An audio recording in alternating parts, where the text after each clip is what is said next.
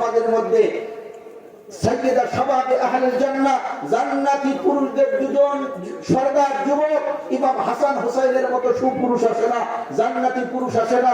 কুতুবে রাব্বানী মাহবুবে সুবহানী শাইখ মহিউদ্দিন বরপুর আব্দুল কাদের জিলানীর মতো যুবক আমাদের সমাজের মধ্যে আসে না। আমার আপনার ছেলেরা হয় না। জোরে বলেন কথা ঠিক না বেটি? এটা ওই রাস্তার মধ্যে গিয়ে ডাইল ফেন্সিডিল ইয়াবা হিরোইন ট্যাবলেট খেয়ে গাঁজা খেয়ে ডাইল খেয়ে এটা মাতাল হয়ে ঘুরি বেড়ায় রাত বেরাতে। জোরে বলেন কথা ঠিক না বেটি? এর কারণটা কি? জান্নাতি নারী আমাদের ঘরের মধ্যে নাই। জান্নাতি নারী আমাদের প্রত্যেকের ঘরের মধ্যে আনতে হবে। সময় স্বল্পতার জন্য বলতে পারছি না, হুজুর ইনশাআল্লাহ কিছুক্ষণের মধ্যেই চলে আসবে। জান্নাতি নারী ঘরের মধ্যে আনতে হবে। আজকে বিভিন্ন প্রতিষ্ঠানের মধ্যে আমরা সাইনবোর্ড দেখতে পাই, আমাকে একজন শিক্ষিত মা দাও, আমি তোমাকে একজন শিক্ষিত পরিবার দেব। ওলামায়ে কেরাম আমরা এই কথাটাকে ধর্মের কোরআন হাদিসের লেভেল দিয়ে ভাবে বলি, আমাকে একজন শিক্ষিত মা দিলে যদি একটা শিক্ষিত পরিবার উপহার দিতে পারি, আমাকে তোমরা যদি একজন ধার্মিক মা দাও, কোরআন প্রেমিক মা দাও, আমি তোমাকে একটা ধার্মিক আর কোরআন প্রেমিক একটা জান্নাতি পরিবার উপহার দিব। জোরে জোরে বলেন কথা ঠিক না বেটি? আল্লাহু আকবার। এজন্য আমাদের মাদেরকে জান্নাতি বানাইতে হবে। বয়স্ক মাদের, বয়স্ক পুরুষদের সাথে সাথে বয়স্ক মহিলাদের কোরআন শিক্ষার ব্যবস্থা করতে হবে। তারা যেন কোরআন প্রেমিক হয়, জান্নাতি হয়, তাহলে ভবিষ্যৎ প্রজন্ম নামাজি হবে, ভবিষ্যৎ প্রজন্ম রোজাদার হবে। জোরে বলেন কথা ঠিক না বেঠে? এটা কোথায় হবে ভাইজান? ওই শুধু ক্যাডেটের মধ্যে পড়িয়ে স্কুল কলেজ ইউনিভার্সিটির মধ্যে পড়িয়ে হবে, নাকি নৈতিক শিক্ষা কোরআন হাদিসের সমন্বয়ে মাদ্রাসার মধ্যে দিতে হবে? বলেন কোথায় দিতে হবে? আজকে তো দেখা যায় আমরা আমাদের ছেলেদেরকে ক্যাডেটের মধ্যে বিভিন্ন উন্নত ইংলিশ মিডিয়াম স্কুলের মধ্যে পড়ে আমরা রংপুর, ঢাকা, এরপরে পরবর্তীতে আবার ডক্টরেট ডিগ্রি অর্জন করার জন্য বিদেশের মধ্যে লক্ষ লক্ষ টাকা খরচ করি, মাথার ঘাম পায়ের মধ্যে ফেলি। অনেক সময় বাবা মা নিজের শেষ সম্বলটুকু পর্যন্ত ওই সন্তানকে বড় করতে, ডিগ্রিধারী বানাইতে বিক্রি করে দেয়। জোরে বলেন কথা ঠিক না বেঠে? এরপরে সেই সন্তান বাড়ির মধ্যে ফিরে এসে বাবা মাকে বৃদ্ধাশ্রমের মধ্যে পাঠায়, গা ধাক্কা দিয়ে বাহির করে দেয়।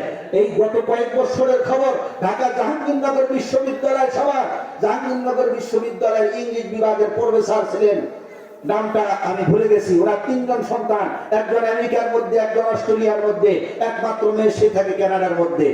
উনি ওনার চাকরি জীবনের মধ্যে যত সম্পদ ঢাকার মধ্যে কিনেছিল, জায়গা ফেলা, ওনার বড় ছেলে ছলে বলে কৌশলে এসে বাবাকে বুঝিয়ে সব বিক্রি করে দিয়ে বিদেশে চলে গেছে। আল্লাহর বান্দা এখন নিজের স্ত্রীকে নিয়ে বৃদ্ধাশ্রমের মধ্যে জীবন পার করতেছে। জোরে জোরে বলেন নাউজুবিল্লাহ। ছেলে সন্তানদেরকে আমরা গুরুত্ব দেই অনেক ক্ষেত্রে, মেয়েদেরকে অবহেলা করি। জোরে বলেন কথা ঠিক না ঠিক?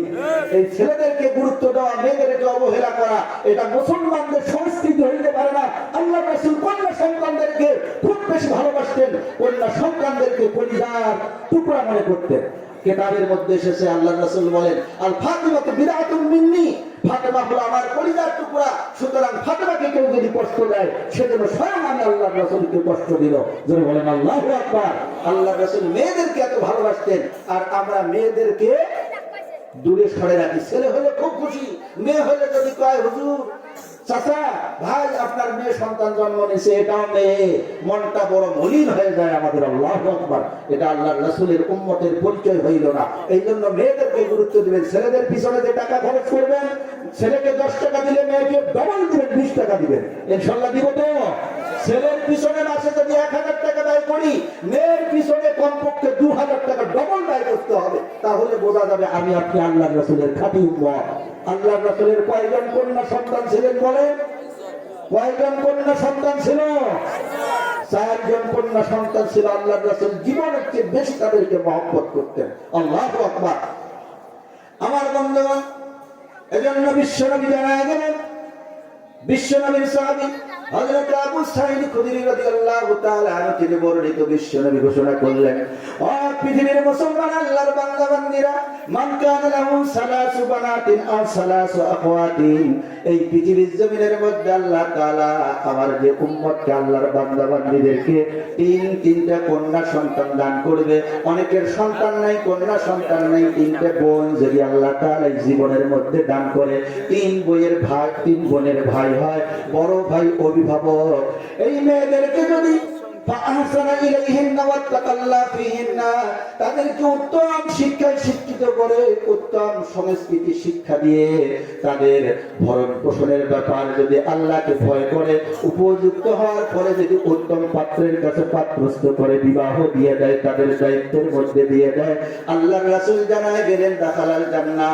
ওই বাবা মা অথবা ওই বড় ভাই যারা অভিভাবকের সুষ্ঠু দায়িত্বটা পালন করবে, তারা মৃত্যুবরণ করার সঙ্গে সঙ্গে জান্নাতের মধ্যে প্রবেশ করবে। বলেন সুবহানাল্লাহ। এই জান্নাতি নারী যেন জান্নাতি মানুষ সমাজের ঘরে ঘরে সৃষ্টি হয়, এই জন্য এই সওতুল হেরা বালিকা মাদ্রাসা, এই মাদ্রাসা যিনি প্রতিষ্ঠিত করেছিলেন, আজ তিনি আমাদের মধ্যে নাই, মরহুম মুফতি আরিফুল ইসলাম সাহেব, আল্লাহ তাআলা ওনার কবরকে জান্নাতের বাগান বানায় দেন। সকলে বলে আমিন। আল্লাহ তাআলা ওনার যে ভবিষ্যৎ প্রজন্ম ছেলে মেয়েদেরকে রেখে গেছেন, তাদেরকে তেনার সর্বোত্তর শুনি কোরআন এবং দ্বীনের ধারক বাহক হিসেবে কবুল করুক। সকলে বলে আমিন। ভাইজান, অত্যন্ত দুঃখের সাথে বলতে হয়, আল্লাহর বান্দা যুবক মানুষ ছিল, খুব সুন্দর চেহারার অধিকারী মানুষ ছিল, আল্লাহু আকবার, নুরানি চেহারার অধিকারী। এখন আমার সামনে ওনার চেহারাটা বাঁকে, ওনার কথা, ওনার নামটা স্মরণ করলে আল্লাহর বান্দার স্বপ্ন ছিল আমাদের এই কাঁঠালবাড়ি এলাকার মধ্যে প্রতিটা ঘরে ঘরে যেন জান্নাতি মা বোন থাকে, তাদের থেকে জান্নাতি একটা পরিবার, এই জাতি উপহার লাভ করতে পারে। কিন্তু আল্লাহর বান্দা সেই স্বপ্ন বাস্তবায়ন করে যাইতে পারে নাই। এই জন্য আমরা ইনশাল্লাহ রাজি আছি তো তেনার এই রেখে দেওয়ার স্মৃতি, এই প্রতিষ্ঠানকে কিয়ামত পর্যন্ত যেন তেনার উত্তরসূরিরা টিকিয়ে রাখতে পারে, ইনশাল্লাহ সাহায্য করবো। তো কারা কারা সাহায্য করবো একটু হাত তুলে দেখাই। লিল্লাহি তাকবীর। ইনশাআল্লাহ হাত নামাই। সাহায্য করতে হবে দুই ভাবে। এক নাম্বার যে কথা বললাম, প্রত্যেকের বাড়ির মধ্যে কারো না কারো মেয়ে আছে, জোরে বলেন কথা ঠিক যাবে ঠিক। মেয়ে যদি না থাকে, হুজুর ওই মাসলার তো আমি নেই, যে আমার কন্যা সন্তান নাই, ছিল বিয়ে দিয়ে দিয়েছি, তাহলে নিজের বোন আছে, ভাতিজি আছে, ভাগ্নি আছে, সেটাও যদি না থাকে, পাড়া প্রতিবেশী যাদের ছোট মেয়ে আছে, লেখাপড়ার উপযুক্ত, মাদ্রাসায় ভর্তি করানোর উপযুক্ত, ইনশাআল্লাহ আমরা এইভাবে তাদেরকে প্রতিষ্ঠানে দিয়ে ইনশাআল্লাহ সহযোগিতা করব। সহযোগিতা করবো তো। দ্বিতীয় নাম্বার যে বিষয়টা সহযোগিতা, যে হুজুর বাচ্চা তো আছে ঠিকই, আলহামদুলিল্লাহ কতজন বাচ্চা লেখাপড়া করতেছে? 7 জন বাচ্চা এখানে কোরআন শিখতেছে, হাদিস শিখতেছে, দ্বীন শিখতেছে, কোরআনের হাফেজা হইতেছে। এবছর কতজন বোরকা নিবে? 14 জন। আল্লাহু আকবার। সবাই বলে আল্লাহু আকবার। এই আমার আশেপাশে, আমি কুড়িগ্রাম জেলায় এবছর বহু মাহফিলে গেছি, বালিকা মাদ্রাসার বয়ান করছি, এতগুলো হাফেজার ছাত্রী কোথাও বোরকা নিছে শুনি নাই। আজকে 14 জন এখান থেকে তাদেরকে বোরকা দেওয়া হবে, সংবর্ধনা দেওয়া হবে। আল্লাহ এদের মাধ্যমে 14টা যেন জান্নাতি পরিবার জাতিকে উপহার দেওয়ার তৌফিক দান করে। সবাই বলে আমিন। ভাইজান।